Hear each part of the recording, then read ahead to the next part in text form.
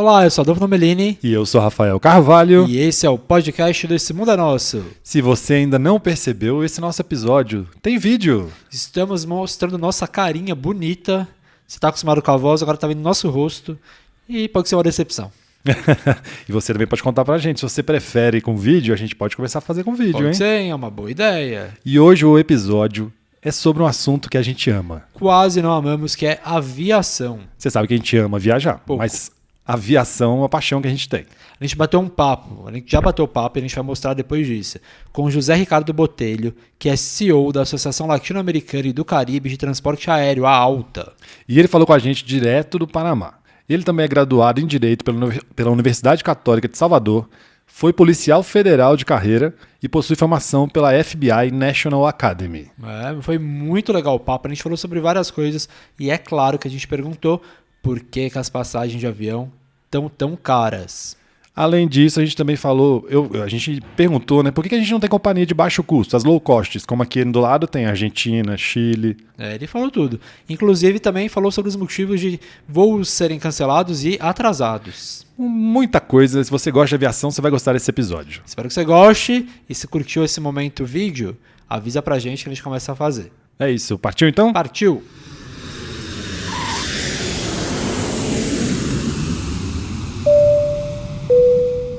Bom, José Ricardo, eu quero agradecer muito você ter aceitado o nosso convite. A gente ficou muito feliz, ainda mais para um assunto que a gente ama, que é aviação. A gente é, assim, alucinado por esse assunto. Então, muito obrigado por ter aceitado o nosso convite.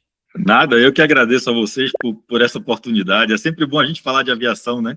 Principalmente na nossa região, onde a gente precisa cada vez mais conectar. Não tem outra possibilidade, Adolfo. Não tem, como a gente fala em espanhol, não tem carreteira, não tem estrada conectando os países. É muita ilha, né? E os países precisam dessa conectividade que só a aviação leva. Aliás, só no nosso Brasil a gente já sabe disso, né? O Brasil do tamanho que é, né? A gente precisa realmente estar conectado. Mas eu já quero começar com uma pergunta, assim, que é aquela pergunta que não quer calar, né? O que faz com que o valor das passagens aéreas aqui no Brasil seja alto? É uma pergunta super interessante, porque claro que a gente sente, né, o que o consumidor sempre demonstra, fala dos valores e tal. Mas o custo operacional no país ainda é muito grande. Então, você tem vários fatores que impactam. Há muito tempo atrás, você tinha uma regulação técnica que diz respeito a safety, questão de segurança, e você tinha também o que a gente chama de regulação econômica. E aí você tinha apenas 33 milhões de brasileiros voando. Né? Ou melhor, 33 milhões de passageiros voando. Hoje você tem aproximadamente 110 milhões de passageiros voando. Já melhorou muito. Mas considerando que nós somos 210 milhões de brasileiros, aproximadamente, se nós melhorássemos o que nós chamamos de regulação econômica, e a regulação econômica não é feita apenas pelo órgão regulador, às vezes é feito pelo próprio judiciário, é feito pelo legislativo, se nós melhorássemos esse ambiente, nós poderíamos ter mais brasileiros voando e diminuir os custos. Para vocês terem uma ideia, 40% do custo operacional de uma empresa é combustível. Nossa. 55%, e o combustível no Brasil é extremamente caro, né? Você imagina que, por exemplo, até pouco tempo atrás, o Brasil utilizava jet, o que nós chamamos de jet A1, que é um combustível que você utilizava para sobrevoar a Antártida. Imagina isso. E aí foi mudado, né? Na época, o Ministério dos Transportes entendeu a agenda, conseguiu mudar, mas você ainda tem um custo muito grande do combustível.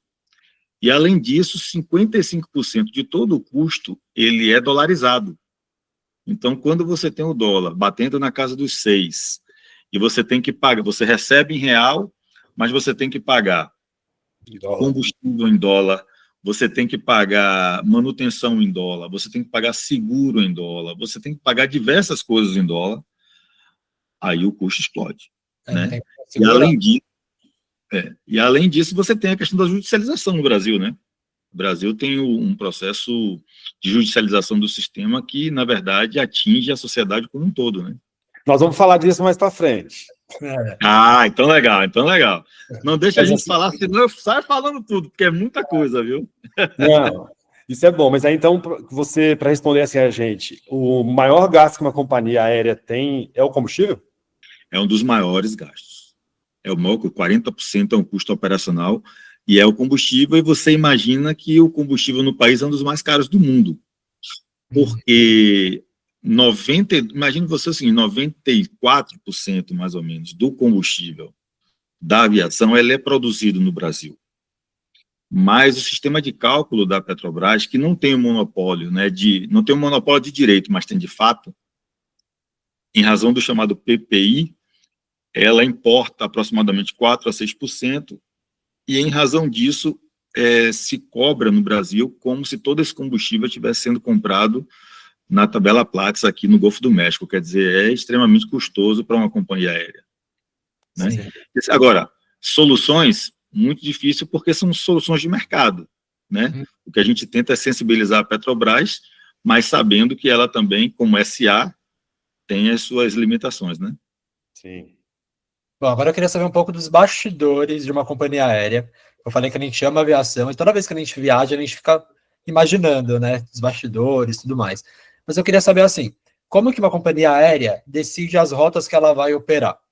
E também, depois que definir a rota, como que são definidos os horários? Ah, um voo é de manhã, o voo é à noite, é de madrugada, tem a ver com o destino, o horário do destino também, fuso horário, enfim. E mais uma coisa que é o aeroporto, né? Porque só que em São Paulo, por exemplo, tem Congonhas, tem Guarulhos, tem Campinas. Como que também é definido o aeroporto? Olha, essa é a grande pergunta, a pergunta de $1 milhão, né? Cada companhia tem o seu business. O que é importante a gente imaginar, e às vezes eu sinto muito essa ausência, eu acho que quando a gente conversa sobre esse tema com a sociedade brasileira, eu acho que falta muito essa percepção. Imagine que você tem uma empresa e que o seu business é vender pão. O que é que você vai fazer? Você vai fazer de tudo para vender pão, né? E um pão bom, certo? Sim. Assim como um mercado, porque o que você quer como empresário é fazer com que o seu negócio funcione. Uma companhia aérea, o que é que ela quer? Uma companhia aérea não quer botar uma aeronave que custa $milhões e ficar no chão. Ela quer voar. Ela quer transportar pessoas. Porque o negócio só funciona se for assim, né? Então, por exemplo, o que é que faz com que uma companhia atue ou não de determinado ponto? Claro que varia de acordo com cada empresa, mas basicamente é demanda e segurança jurídica. O ambiente de negócio precisa ser adequado. Então, por exemplo, claro, quando você considera São Paulo, você está falando aí o quê? De, sei lá, 22% do PIB da América Latina. Da América Latina toda. Imagina o que é isso. É uma potência, São Paulo, né? Então, você tem aeroportos, como a gente chama, aeroportos coordenados em São Paulo, como Guarulhos, porque a demanda é muito grande. São mais de 40 milhões de passageiros ano. É enorme isso. Mas se você considerar que quando a ANAC começou a fazer as concessões de aeroportos, né, você tinha aproximadamente 14 ou 16 aeroportos coordenados, e hoje você tem apenas 2 ou 3, olha a evolução que foi. Isso já é uma evolução na infraestrutura, mas ainda precisa de muito mais. Muito mais, né? E essa parceria da concessão já é um ponto muito interessante. Bom, por outro lado, a companhia ela vai buscar o quê? Demanda. Sim. Você tem que saber, qualquer companhia, como qualquer outra empresa, ela vai estudar a demanda, vai verificar possibilidades e você vai analisar como isso vai ser feito. Eu me recordo muito bem que não faz muito tempo o Ceará se tornou um grande hub de entrada. Mas por que isso?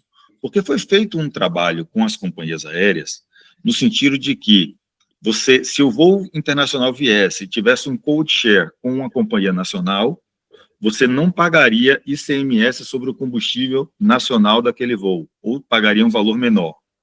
Além disso, você pode estabelecer, como, por exemplo, aqui no Panamá, você estabelece um stopover.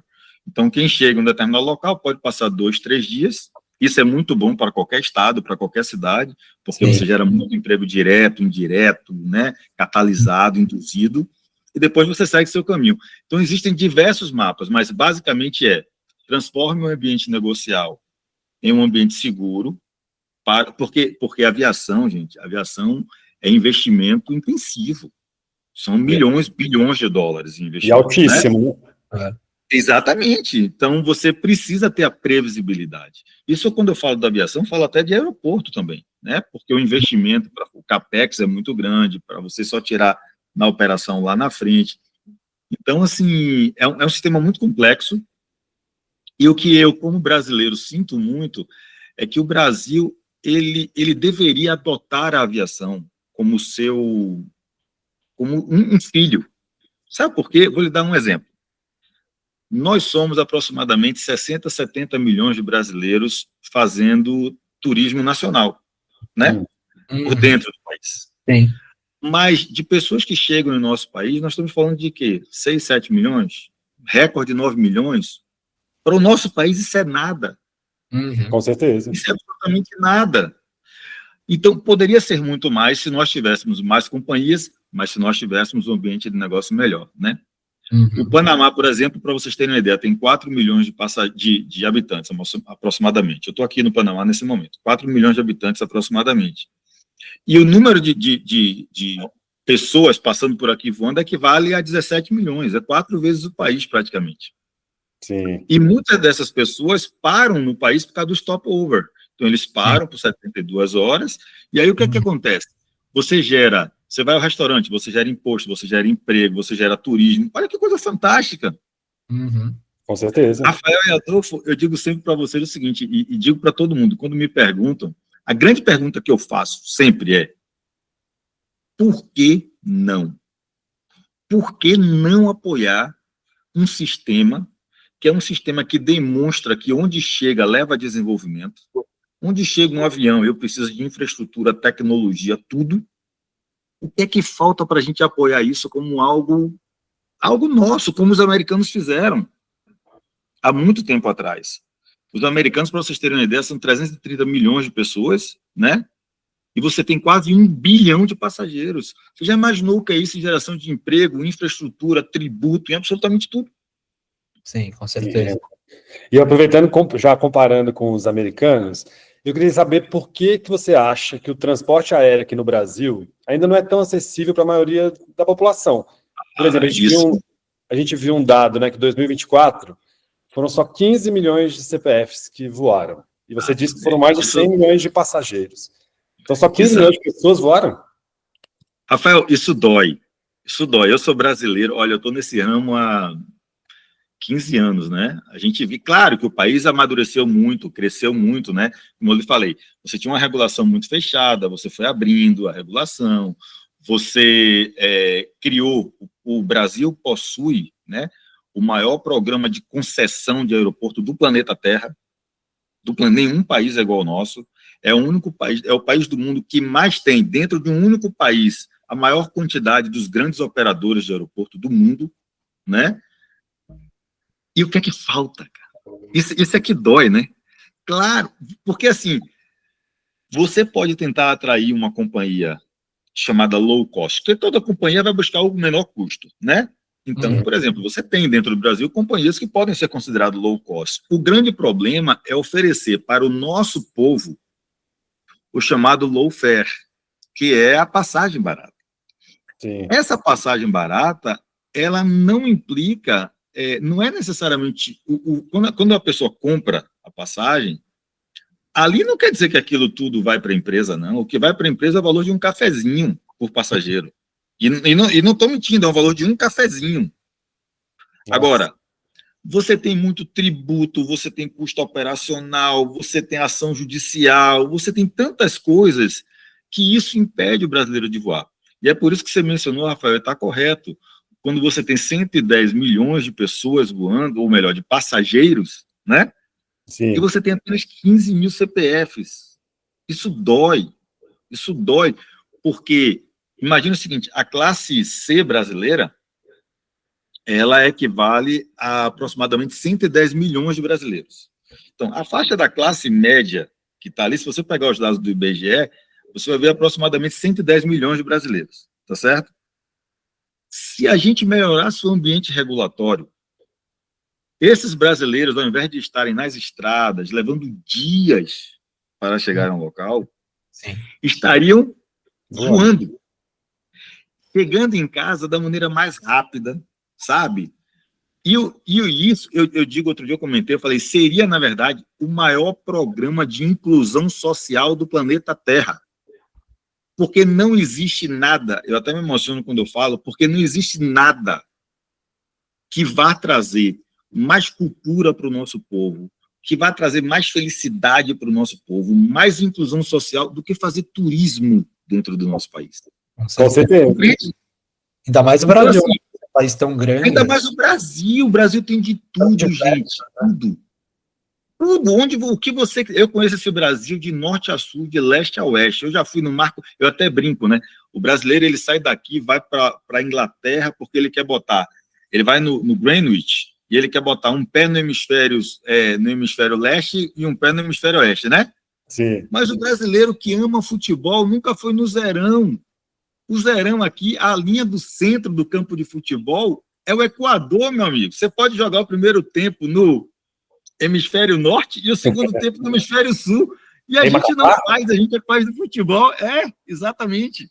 Então, assim, sabe? O que é que falta, cara? É inacreditável. Então, assim, seria, e falo isso 1000 vezes, já escrevi sobre isso, se nós melhorarmos o ambiente regulatório em diversos aspectos, e se o Brasil adotasse, como os americanos adotaram, como o Panamá adotou, como a Colômbia adota. A Colômbia, o índice de voo do colombiano é maior do que o brasileiro, é quase o dobro. Nossa.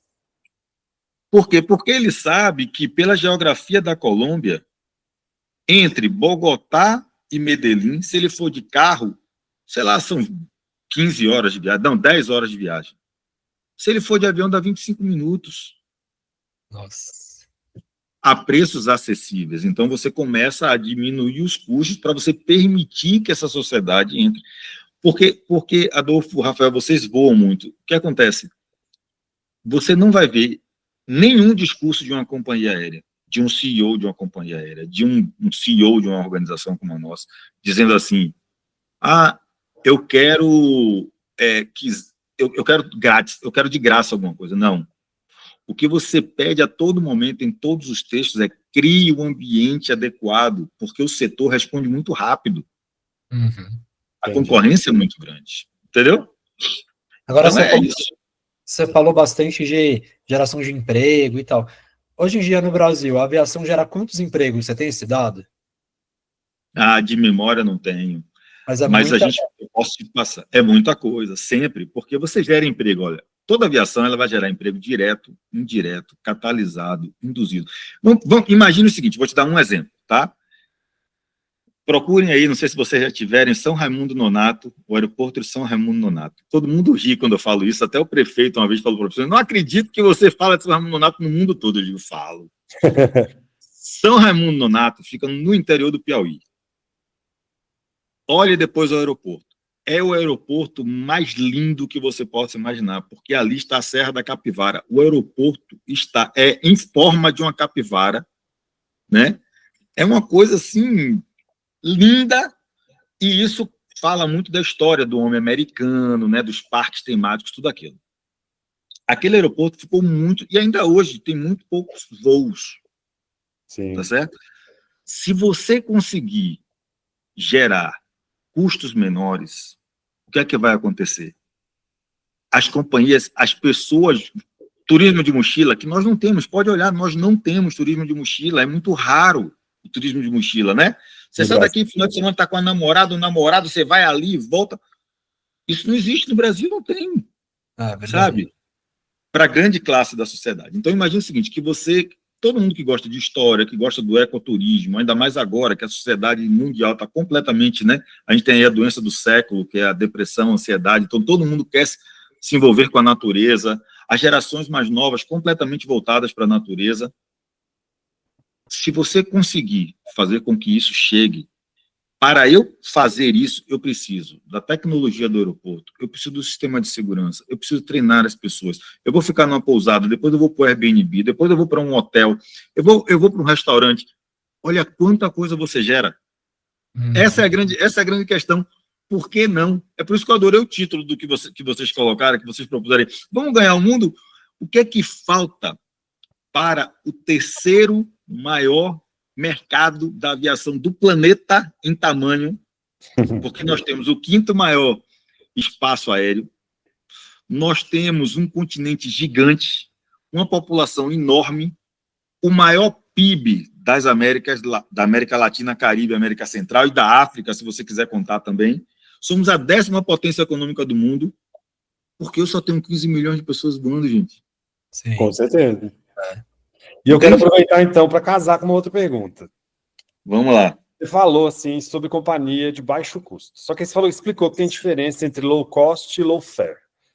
A gente Isso. vê que países vizinhos ao nosso, como Argentina, Chile, Argentina, isso. tem companhia de baixo custo com voo, inclusive, para o Brasil. Tem internamente no Brasil. Exatamente. E por que no Brasil não tem? Por que a gente não consegue que seja de baixo, low fare, assim, no Brasil? Low fare. Passagem barata. Essa é uma excelente pergunta. Quando o Brasil tinha uma lei de 1966 que impediu o investimento internacional, né, apenas 20% podia ser internacional, o resto, ou era o inverso, né, 20% tinha que ser de capital brasileiro e o restante de capital internacional, ou vice-versa, não me recordo agora. Nós lutamos, nessa época eu estava na ANAC, nós lutamos muito, conversamos com o governo apoiou, o Poder Executivo apoiou muito, o Congresso aprovou e abriu o mercado. Ao abrir o mercado, essas companhias, na verdade, apontaram para o Brasil. Muitas apontaram. Exemplo, você deve lembrar que quando nós abrimos o mercado à época, né, a Norwegian passou a voar para o Brasil. Era uma ultra low cost, né? Aí vieram também Flybond voando da Argentina, JetSmart voando do Chile, Sky voando do Chile. Olha quantas companhias. Sim. Mas você deve ter percebido que essas companhias, elas voaram para o Brasil. Sim, é isso mesmo. E elas voaram para o Brasil, mas não passaram a voar no Brasil. E isso é muito causado pela instabilidade regulatória que nós temos. E aí, quando a gente fala da instabilidade regulatória, não é instabilidade gerada pela agência reguladora, não. A agência reguladora ANAC é considerada uma das melhores do mundo, tá bom? Então, assim, na regulação econômica, ela tem a Smart Regulation, é muito boa. O governo federal, ele entendeu a lógica, ele apoiou muito a aviação, apoia muito a aviação, os governos que se passaram, o atual também, todos eles.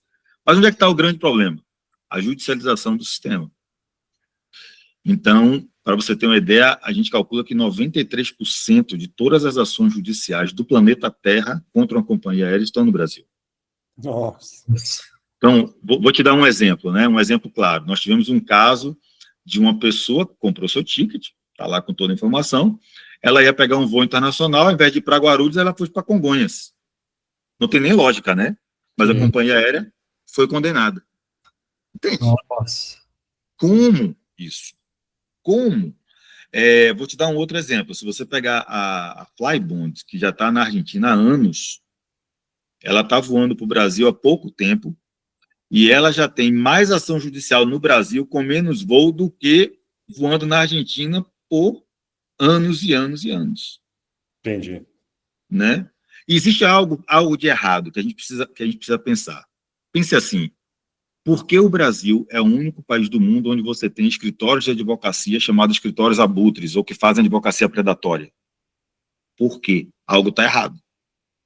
As pessoas estão fazendo dinheiro, e o pior é que o consumidor, claro, o cara chega, compra seu direito por R$1.000, né? Você vai receber aquele dinheiro na mão, a gente entende a sociedade. Agora, ele vai ganhar lá 5, 6 mil. Para vocês terem uma ideia, quando uma companhia é condenada a, sei lá, R$20 mil, R$10 mil, praticamente ela perdeu aquele voo e mais uns 2 voos de pessoas voando, porque é um custo, e quem vai pagar por isso? Né? Então, assim, em 2020, durante a pandemia, houve uma mudança na lei, né, o CBA brasileiro, o Código Brasileiro de Aeronáutica, que existe desde 1986, e foi estabelecida uma regra que diz o seguinte, olha, o dano moral, ele precisa ser comprovado, está lá na lei.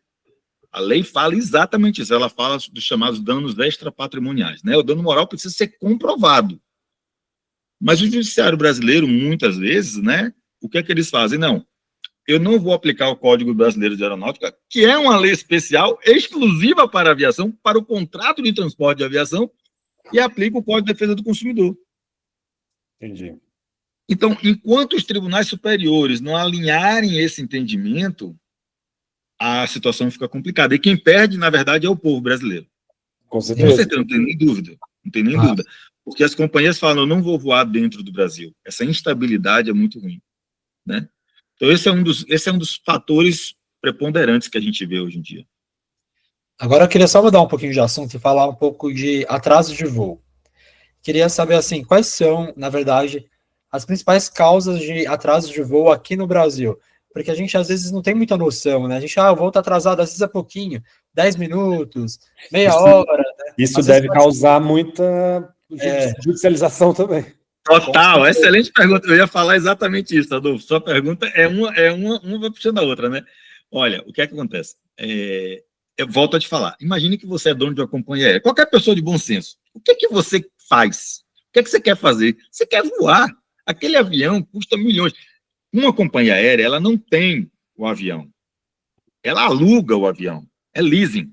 Sim.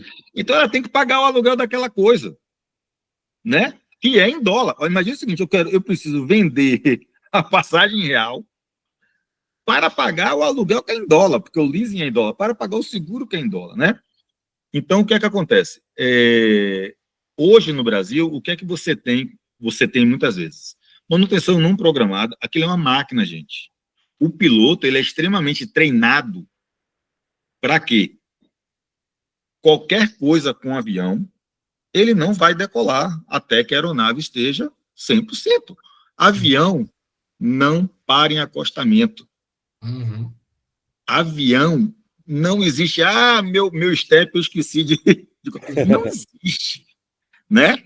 Então, é tão seguro. O Brasil é considerado, pela última auditoria internacional da OASI, eu estava na presidência da ANAC na época, o Brasil está entre os 5 países mais seguros do planeta Terra para se voar. Né? Então, você tem aí o DSEA fazendo espaço aéreo, você tem a ANAC fazendo a regulação, e funciona. Agora, às vezes, o que é que acontece? Clima. Alguém vai negar que o clima está mudando? Impossível negar. Né? Você tem aeroportos, a infraestrutura com limitação. Se chover, a aeronave não pode decolar.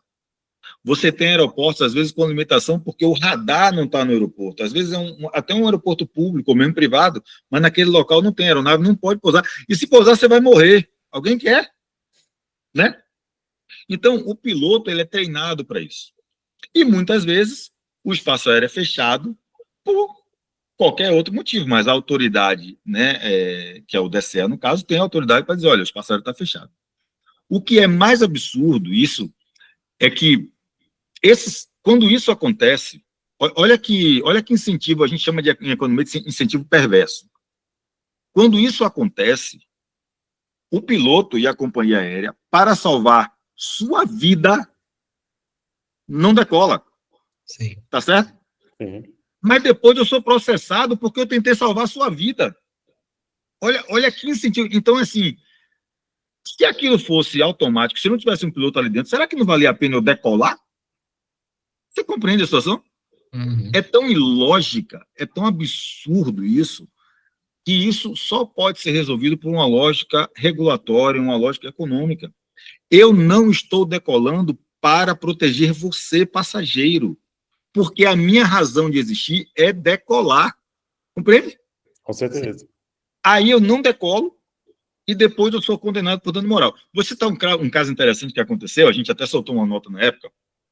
Ali em Congonhas, você tinha na pista principal, paravam aeronaves pequenas, que não estão sujeitos ao Código de Defesa do Consumidor, né?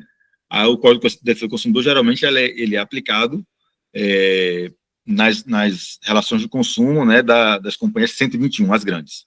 Pois bem, Congonhas, um dos aeroportos mais movimentados, talvez, do mundo, uma aeronave pequena pousa e estoura o pneu. Ela trava a pista principal. Você lembra disso? Você lembra disso? Ela trava a pista principal. A malha do país inteira foi afetada. Sim.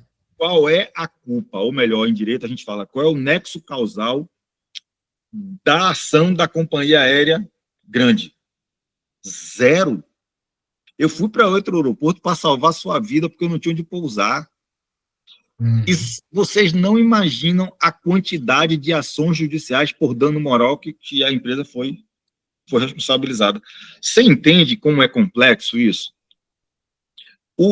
Claro que em uma república, em uma democracia, é importante que os juízes tenham o que a gente chama do livre convencimento. Isso é extremamente importante. Mas é importante que o direito seja analisado em benefício da sociedade. Isso está lá na lei de introdução, a antiga lei de introdução ao Código Civil, que hoje se transformou na lei de introdução ao direito público brasileiro. Porque essas condenações, sem a comprovação efetiva, estão massacrando a sociedade brasileira. Essa é a pura verdade. As pessoas não podem voar por causa do custo. Sim. Entende? É uma lógica que a gente precisa mudar. Então, a gente vem trabalhando, claro, a gente tem trabalhado muito com o Conselho Nacional de Justiça, né, com a Associação Nacional dos Magistrados do Brasil, para explicar, para falar, olha, eu sei que o Código de Defesa do Consumidor ele é uma lei especial, mas mais especial do que ele é uma lei que foi feita, que é o Código Brasileiro de Aeronáutica, para gerir absolutamente tudo relacionado à aviação, porque existe uma lógica racional aqui.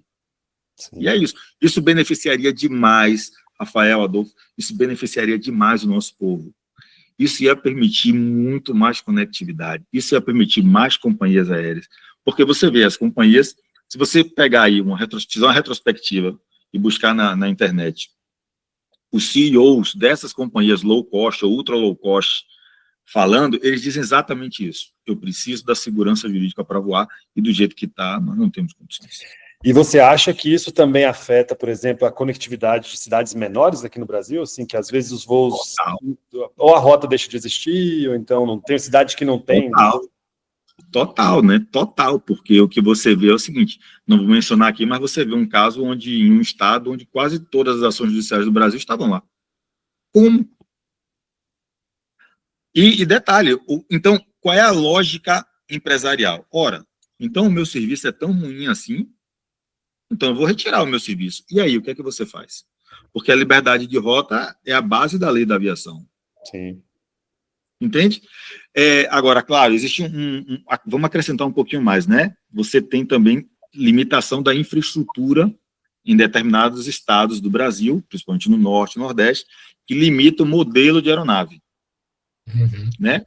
Porque até isso, para vocês terem uma ideia, a companhia faz. Às vezes, o aeroporto, a ANAC analisa, né? A Superintendência de Infraestrutura da ANAC analisa.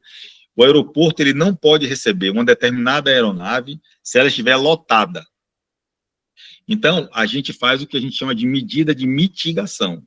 Aquela aeronave vai poder pousar? Vai, mas com menos gente, né? Com menos peso, com menos combustível. Então, você faz essa medida de mitigação. E a companhia ela analisa isso, porque ela quer levar as pessoas lá, ela quer vender o ticket. Sim. Então, no norte do Brasil, agora os aeroportos estão em concessão lá, né? Tem pouco tempo, eles ainda estão como é que chama? Nas obras contratuais e tal, nas fases do contrato, mas mudando isso já melhora muito o ambiente, para que você possa levar, porque demanda nós somos um país muito grande. Exemplo, se você começar a voar para o norte, é muito provável que você comece a atrair companhias aéreas de outros países que joguem pessoas ali no norte. Os governadores, os secretários de turismo, eu converso muito com eles, para que eles conversem com as companhias para oferecer stopover, tem benefícios, né? Sim. Aí você pode manter as pessoas ali e dali seguir. Quem sabe assim, Rafael, as pessoas vão ver o Zerão. Pois é. Isso tá ótimo. Agora você falou sobre a mudança de clima, tudo, né? Eu queria saber justamente sobre isso, um pouquinho mais de sustentabilidade.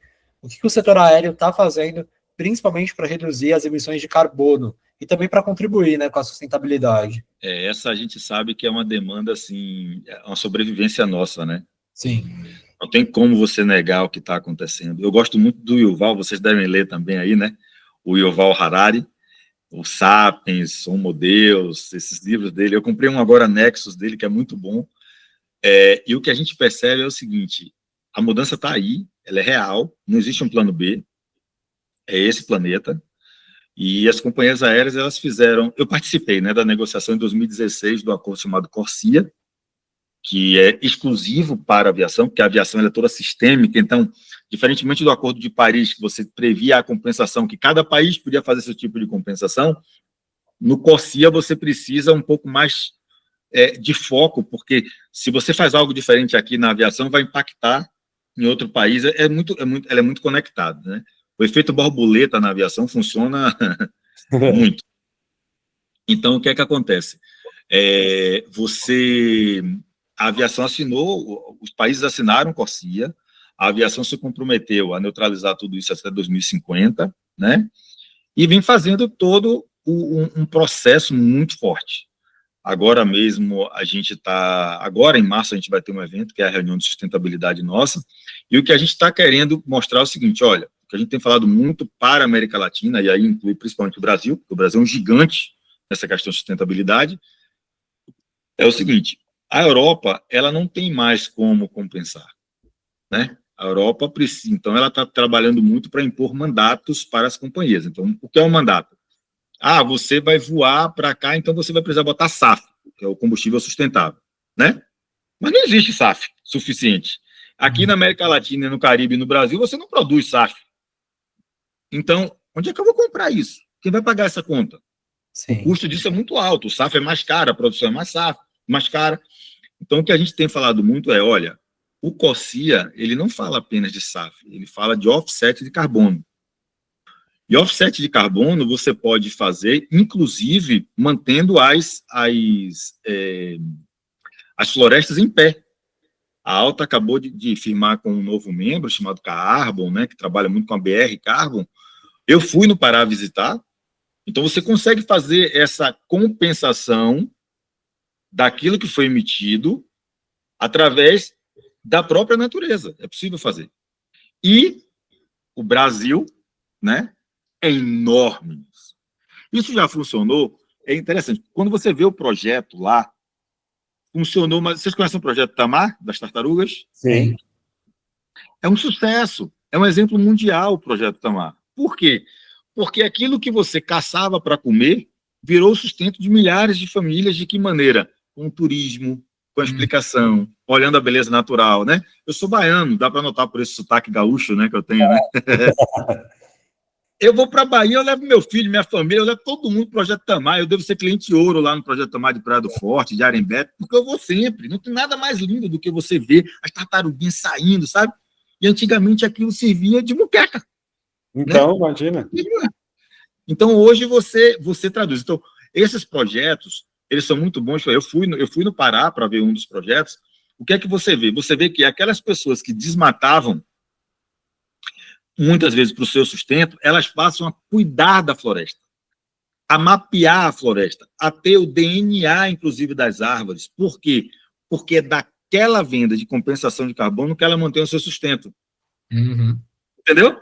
Muito Então, é legal. uma coisa fascinante. Quando a gente vê aquilo, e a aviação tem investido muito nisso, ainda que a aviação seja responsável apenas por 2,6% aí de toda a emissão do planeta Terra, né? Uhum. Ou seja, é muito pouco perto do que o transporte terrestre, por exemplo, faz. Então, isso é legal quando você fala, principalmente para as gerações mais novas, porque é importante você mostrar, às vezes, ou até as mais antigas, né, quando você fala assim, olha, vamos cuidar daquela área lá, não vamos desmatar. Aí as pessoas falam, mas as pessoas vão morrer de fome. Não, é exatamente uma cópia, é um copia e cola do Projeto Tamar. Se você for lá, eu tive em lugares, gente, onde as pessoas perto da capital não tinham água potável para beber. Nossa. E esses projetos de compensação, em razão da ESG, colocaram lá a água. Aí chegou a escola, porque, entendeu? Aí botaram geração de luz, como é o nome? Energia solar. Aí chegou luz na vila. É lindo você ver isso. Então, a gente tem trabalhado muito na aviação para mostrar e dizer, olha, existe como fazer a compensação, porque o Brasil, né, e os países da América Latina, eles precisam fazer a compensação obrigatória e não precisa fazer isso exatamente com SAF, você pode fazer isso com offset de carbono. Agora, aí eu coloco uma coisa para vocês, olha que coisa interessante. A questão do meio ambiente é uma questão de todos nós, né? E todos nós falamos muito sobre ele. Mas quantos você conhece que depois que voam, pagam a compensação de carbono? São raríssimos. Não conheço ninguém, nem eu, já recebi várias vezes. Não é? E o que é que acontece? É que as pessoas falam assim, não, isso é um problema de lá. Mas não, esse muro vai atacar a gente, não tem saída. Né? Com certeza. Nossa, se rápido. deixasse, a gente ia ficar aqui, ó, você daí no Panamá, parou para conversar com a gente ia conversar hoje. Para mim é um prazer, isso é a vida da gente, isso é uma delícia. E São é um tantas assunto coisas que pra se ama. É um assunto muito. Às vezes as pessoas ficam muito na superficialidade, né? Por isso que eu acho que essa interação com vocês, para a gente mostrar isso, para que vocês possam mostrar isso, vocês que gostam de viajar, o que eu mais quero, acho que todo ministro do turismo do Brasil deve dizer assim: poxa, mas o Ricardo é chato, ele não chama de botelho. Porque eu digo assim, cara, pense em algo no mundo que o Brasil tem. Escolha. Você chegar no Nordeste, você tem maravilhas impensáveis. Você chega no Sul, você tem maravilhas impensáveis. Aí o cara sai daqui, vai para todos os lugares, mas não conhece o país dele. O brasileiro, não, eu vou tomar vinho. A maior produção de uva tropical do mundo, está no sertão do Brasil. Com a água de São Francisco. Na área do São Francisco, sabe? Aí você diz assim, não, eu quero ir... Pô, qual é o único estado, qual é o único país do mundo que pela manhã você pode estar na praia e à noite você está na serra? Pô, vai para o Rio de Janeiro, você tem todo o império, toda a história do império. Olha São Paulo, um universo que não dorme. Aquela história que Nova York não dorme, me desculpe, mas é conversa. Eu conheço muito Nova York. Quem não dorme é São Paulo. Você chega em São Paulo, qualquer hora tem comida, tem festa, tem bar, sabe? O Brasil é multicultural, nós somos isso. A gente não pode perder isso, de jeito nenhum. Com certeza. Bom, quero agradecer muito aí seu tempo, eu sei que você parou aí no Panamá para falar com a gente, então muito obrigado. Aliás, vamos até passar o Instagram, né, que é _aero, que aí as pessoas podem seguir, né, ter mais informações, acompanhar tudo isso que a gente conversou aqui. E qualquer coisa, eu estou à disposição de vocês, se quiserem 1000 vezes, me chamem 1000 vezes. A gente precisa fazer o brasileiro voar. Eu posso só para finalizar, eu queria contar uma coisa para vocês. Quando eu estava fazendo a concessão dos aeroportos, eu fui entrevistado e um repórter, né, que eu não vou dizer quem, mas me perguntou e falou assim, o que é que o senhor acha da aviação no Brasil? Por que isso, por que aquilo? Aí eu falei assim, olha, a aviação, as companhias aéreas brasileiras, veja se faz sentido para você, as companhias aéreas brasileiras ganham todos os prêmios internacionais de pontualidade, melhor serviço, melhor equipe, safety, em tudo. Elas ganham em tudo. Elas só não são, elas só sofrem assim na mão do seu próprio povo. Se você comparar uma companhia aérea brasileira com qualquer outra do mundo, você vai ver que o patamar dela é muito, muito elevado. Aí eu peguei esse repórter e fui com ele até o aeroporto. Falei, vamos comigo até o aeroporto. E quando eu cheguei no aeroporto, você passa ali no aeroporto, você já deve ter passado por isso. Tem aquela esteira. Sim. Ali, né? Uhum. E aí tem gente que entra e para, porque não é para parar. Quem é para parar que fica do lado direito, né? Não é para fechar, que aqui não é escada rolante. Mas tem gente que bota o pé e tira, sabe? Com medo de... Aí eu olhei para ele e falei assim, você tá vendo aquilo ali? Aí ele falou assim, tô. Aí eu falei assim, aquilo ali é o que vale a pena. Sabe por quê? Porque se aquela pessoa não sabe botar o pé na esteira rolante, na verdade é porque ela nunca esteve no aeroporto, nunca andou em nada, e ela agora pode, porque isso é inclusão social. Com certeza. É isso. Então, contem comigo o que precisarem aí nessa área. A gente quer todo mundo viajando, todo mundo voando, cada vez mais, com certeza. É isso, obrigado para você que curtiu aqui o nosso bate-papo, está assistindo ou ouvindo a gente. Qualquer coisa, falar com a gente é lá no @esse mundo é nosso. Até mais, até a próxima. Partiu. Um abraço, gente. Tchau, tchau.